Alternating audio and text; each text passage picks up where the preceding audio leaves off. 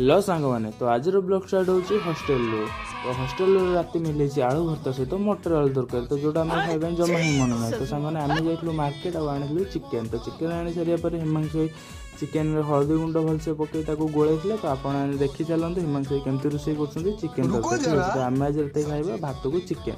तो हलदी गुंड पकई सारा पर पकई सोरिष तेल पकई सारी हलदी गुंड सोरिष तेल पकई सारा पर चिकेन को भल भाव में गोड़े जेपर्यंत चिकेन देर सब लगी नहीं जाइए पकई पियाज पकई सारी पुणी थे गोड़े कढ़ई रे तेल छाड़ी सोरिष तेल पर पकई गोटा मसला जेपर्यंत सोरिष तेल गरम न हो जाए से पर्यंत वेट करते। तो गरम है पकई कटा पियाज ठीक अच्छे।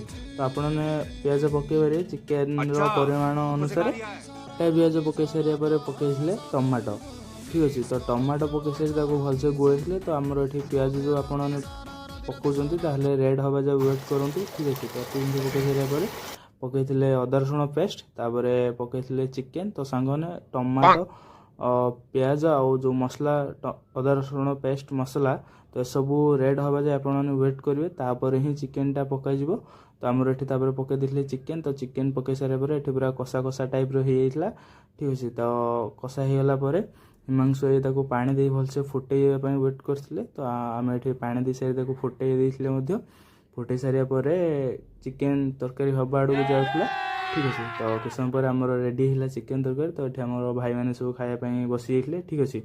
तो मुझे वेट न करी तो चिकेन टी आनी टेस्ट करी तो मस्त ही लगी बहुत भल ही लगुला चिकेन तरकारी। तो सांग मोर तो चिकेन बहुत ही फेवरेट आपण कि नहीं कमेंट करूँ। तो सांग सब्सक्राइब